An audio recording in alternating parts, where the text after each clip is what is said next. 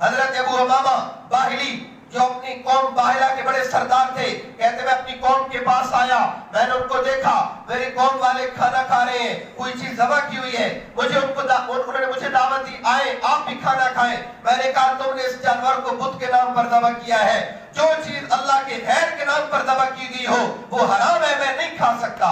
تو انہوں نے مجھے بہت اصرار کیا، میں نے نہیں کھایا۔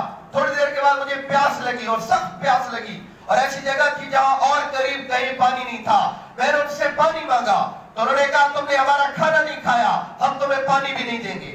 کہتے ہیں مجھ پر ایسی حالت آ گئی کہ میں مرنے کے قریب ہو گیا، اور اس حالت میں کیا میں مر جاؤں گا، میں لیٹ گیا۔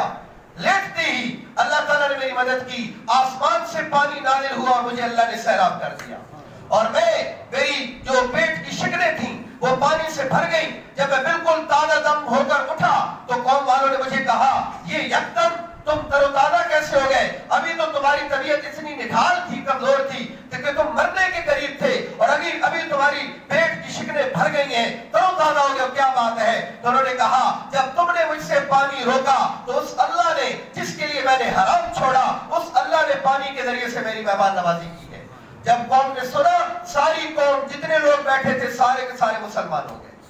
یہ صحابی ابو امامہ کہتے ہیں کہ میں آپ صلی اللہ علیہ وسلم کے پاس آیا، یا رسول اللہ میرے لیے دعا کرے، اللہ مجھے شہادت کی موت دے دے۔ تو اللہ کے نبی نے فرمایا اللہ تیری عمر میں برکت دے اور تیرے ذریعے سے دین پھیلے۔ پھر میں نے کہا یا رسول اللہ شہادت کی دعا کریں، آپ نے کہا اللہ تیری عمر میں برکت دے اور تیرے ذریعے سے دین پھیلے۔ کہتے میں سمجھ گیا میری قسمت میں شہادت نہیں ہے۔ پھر میں نے اللہ کے نبی سے سوال کیا، پھر یا رسول اللہ مجھے کوئی ایسا عمل بتا دیں جو میں ایسا عمل کروں جس کے برابر کوئی اور عمل نہ ہو۔ تو آپ نے فرمایا مجھے، حضرت ابو امامہ کہتے ہیں مجھے کہا کہ روزہ لازم پکڑ لو، روزے کے برابر کوئی نیکی نہیں ہے، روزے کے جوڑ کی کوئی نیکی نہیں ہے۔ پھر ابو امامہ نے اس پر عمل کیا۔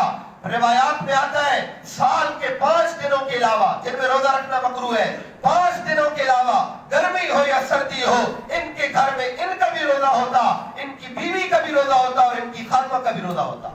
جب ان کے گھر میں دن کو چولہا جلتا تو لوگ کہتے کہ آج ان کے گھر میں کوئی مہمان آیا ہوگا تبھی ان کے گھر میں چولہا جل رہا ہے، ورنہ اپنے لیے ان کے گھر میں کبھی چولہا نہیں جلتا تھا دن کو۔ اس طرح روزے کے حکم کو انہوں نے اپنی طبیعت اور جان بنا لیا۔ یہی ابو امامہ رضی اللہ عنہ، اس کو میں تقویٰ کے ساتھ جوڑ رہا ہوں۔ اب روزے کے ذریعے سے اللہ نے تقویٰ عطا کیا، اور تقوی کے ذریعے سے اللہ نے غیبی رزق کا انتظام کیسے کیا۔ بڑے سخی تھے، ایک وقت ان کے گھر میں 3 دینار پڑے ہوئے تھے، 3 دینار، اور ان کا اپنا روزہ تھا۔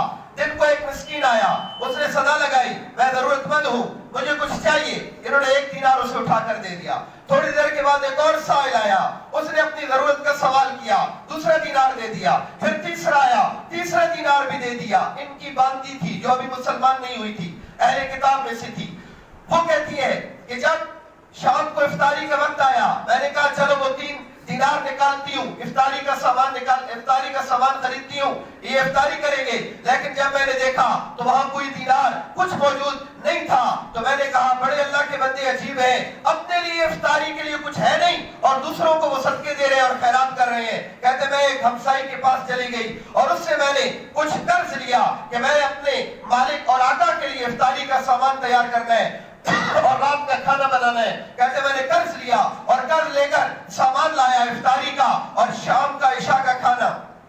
تو وہ مغرب کو تو مسجد ہی میں تھے، ادھر ہی کسی چیز سے پانی وغیرہ سے افطار کر لیا۔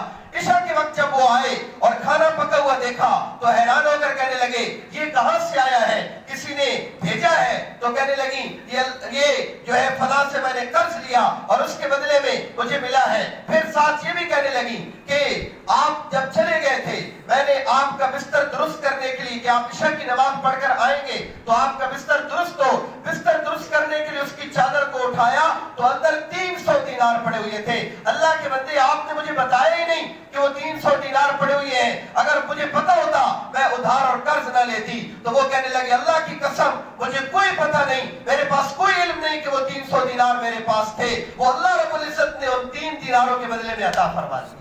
تو اللہ پاک غیبی رزق عطا فرماتا ہے۔ اسی وقت وہ عورت، اس نے گلے میں سندال باندھا ہوا تھا جو غیر مسلموں کی خاص نشانی ہوتی ہے، وہ دھاگا اسی وقت توڑ کر کہنے لگی اشہد ان لا الہ الا اللہ واشہد ان محمد رسول اللہ، میں بھی کلمہ پڑھ کر مسلمان ہوتی ہوں۔ تو یہ واقعات ہمیں بتاتے ہیں کہ روزے کے ذریعے سے اللہ بندے کو کہاں تک جو ہے اجر عطا کرتے ہیں اور کیسے غیبی رزق اللہ اس کو عطا کرتے ہیں. اللہ سے دعا ہے اللہ پاک ہم سب کو روزے کے حکم کو پورے آداب کے ساتھ پوری رعایت کے ساتھ پورا کرنے کی توفیق نصیب فرمائے. آمین. وما علینا الا البلاغ المبین.